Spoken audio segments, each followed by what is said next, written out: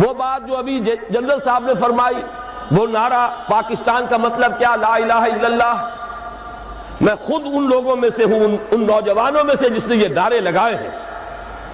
مسلم student federation کا ضلع حصار کا میں جنرل سیکرٹری تھا، 1.5-2 سال پوری مشقت کی ہے، لہذا میں آج صرف اس نعرے کا حوالہ نہیں دے رہا، بات چونکہ سمجھانی پیش نظر ہے، میں نے اس جگہ پر 2 عظیم شخصیتوں کا حوالہ دیا ہے، اور ان دونوں میں آپ نوٹ کریں گے، چاہے بعد میں جا کر مطالعہ کریں، میں نے ایک فرق قائم کیا ہے۔ پاکستان کا مصور اور مجوز اور مفکر علامہ اقبال تھے، پاکستان کے معمار اور مؤسس قائد اعظم تھے۔ ان الفاظ کی بڑی اہمیت ہے، اس لیے کہ نقشہ بنانا، تفکر، تصور یہ ایک دوسرا کام ہے، اور بالفعل کوئی عمارت بنانا اس کے کچھ اور تقاضے ہیں۔ ہمارے یہ 2 عظیم رہنما، ان میں یہ فرق و تفاوت سامنے رہنا چاہیے کہ پاکستان کے مصور و مفکر علامہ اقبال تھے، جبکہ معمار، اس کے مؤسس، اس کے بانی قائد اعظم تھے۔ میں نے ان دونوں کے حوالے سے یہاں باتیں کی ہیں۔ علامہ اقبال کا خطبہ الہ آباد اہم ترین سنگ میل کی حیثیت رکھتا ہے تحریک پاکستان میں۔ افسوس کہ اس وقت اسے نگاہوں سے اوجھل کر دیا گیا، اس میں کچھ باتیں ایسی بھی ہیں جو شاید سب لوگوں کو پسند نہ ہو۔ یہاں پہ میں نے 3 باتوں کا حوالہ دیا ہے۔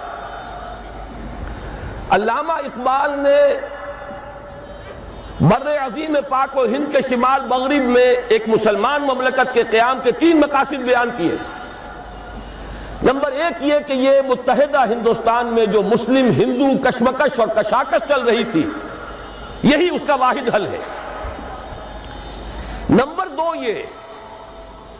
کہ اس ذریعے سے مسلمانوں کو یہ موقع مل جائے گا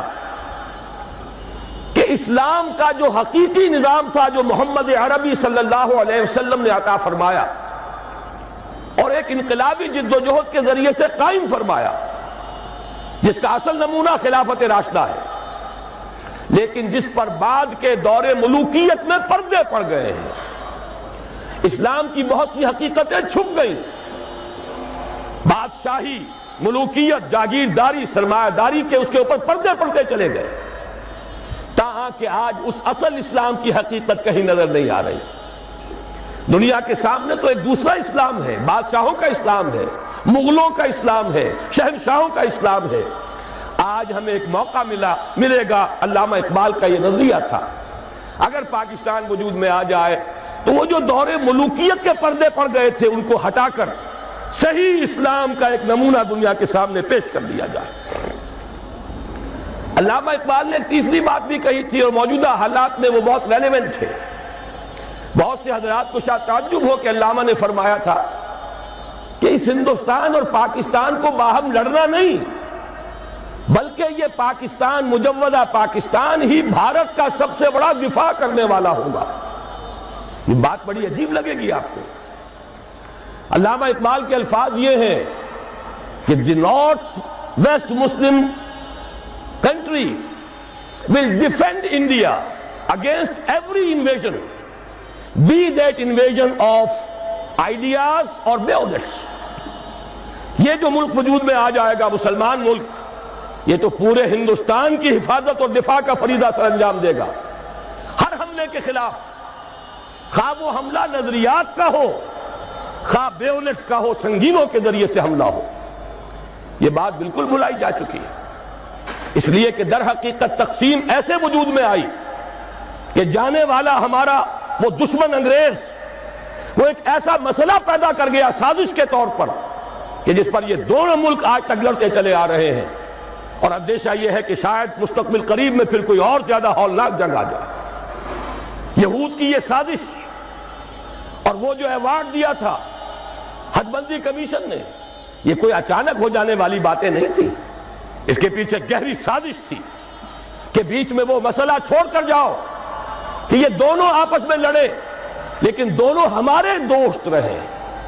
حالانکہ واقعہ یہ ہے کہ سابق حکمرانوں کے خلاف تو جذبات انتقام ہوتے ہیں قوموں کے اندر۔ یہاں نقشہ یہ ہے اتنی کامیاب پالیسی رہی ہے برطانیہ کی کہ دونوں اس وقت بھی تھوڑا سا وقفہ آیا تھا کہ ہم کامن ویلتھ سے نکل گئے تھے، دونوں اسی فطرہ کے نخچیر ہیں، دونوں اسی کامن ویلتھ میں ہیں۔ اور واقعہ یہ کہ ہم نے تو جس بے غیرتی اور بے حمیت کا مظاہرہ حال ہی میں کیا ہے، کون ہے یہ ڈائن یا ڈائنا، اس کا یہ اعزاز، جبکہ محمد عربی صلی اللہ علیہ وسلم نے یہ فرمایا من وقر صاحب بدعت فقد اہان علی ہدم الاسلام، جس شخص نے کسی بدعتی کی، ابھی یہاں کافر کی بات نہیں ہو رہی، اس نے کسی بدعتی کی توقیر کی، اس نے اسلام کی بنیادیں کھودنے کا کام کیا ہے، اس میں تعاون کیا ہے۔ یہاں تک فرمایا من مشى مع فاسق لیقویہ غضب اللہ تعالی واہتز لہ العرش، جو شخص کسی فاسق کے ساتھ چلتا ہے کہ اسے تقویت پہنچائے، اللہ غضبناک ہوتا ہے، اور اس درجے غضبناک ہوتا ہے کہ اس کا عرش کانپنے لگتا ہے۔ یہ تعلیمات ہے محمد عربی صلی اللہ علیہ وسلم کی، اور ہم اپنی اس بدترین غلامانہ ذہنیت کا آج تک مظاہرہ کر رہے ہیں۔ اور ابھی میری توجہ تو اس طرح نہیں ہوئی تھی، میں تو مشکور ہوں اپنے نوجوان ساتھی کا، ندیم بیگ کا۔ اب جو کچھ ہونے والا ہے، میڈونا اور پتہ نہیں اور کون ہے کہ جن کو یہاں بلایا جا رہا ہے، واقعہ یہ ہے کہ یہ ہماری اس بے غیرتی اور بے حمیتی کا سب سے بڑا معاملہ ہوگا۔ اور میں سمجھتا ہوں چیلنج ہے یہ ان لوگوں کے لیے جنہوں نے کچھ بھی قوت مدامت فراہم کی ہے، آپس میں کلاشنکوفیں نہ چلائیں، آئیں میدان میں اور اس کو روکیں، سد باب کریں۔ بڑی بڑی جمعیتیں اور جماعتیں موجود ہیں، آپس میں اقتدار کی کشمکش کے لیے ایک دوسرے کا خون بھی بہا رہی ہیں، لیکن یہ کہ اس دین کے معاملے کے اندر اگر ان میں دم ہے، اگر ان میں طاقت ہے، پاسبان بن کر اگر سامنے آنا چاہتے ہیں تو دین محمدی کے پاسبان بن کر سامنے آئیں۔